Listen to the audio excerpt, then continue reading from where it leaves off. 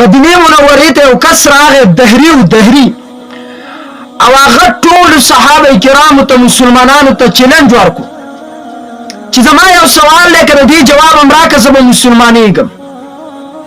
صحابه کرام ویل وکړه ستا څه سوال دی؟ وی زما سوال دا دی چې آیا الله جل جلاله داسې یو خدای پیدا کولی شي چې د الله نه غټ الله د ځان په شان خدای پیدا کولی شي یا د ځان نه غټ؟ صحابه کرام ټول خاموش شو. یو صحابي په دې ټیم کې جواب نه ورځي اور په شک کې خلک ولیږي، منافقین یا خو بیا پروپیګنډې کوي.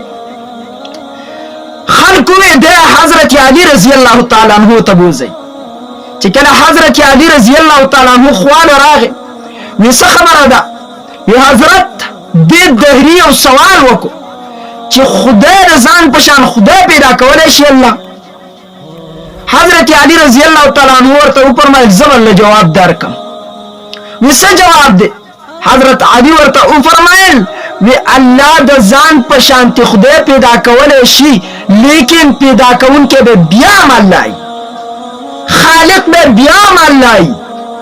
پیدا کړی الله دی، خالق به الله وي، دا به مخلوق هغه دهري په ټیم کې کلمه ویله مسلمان شو.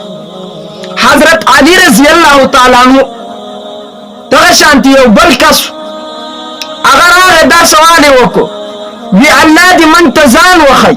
د حضرت علي رضی الله تعالی عنه خواله راوست.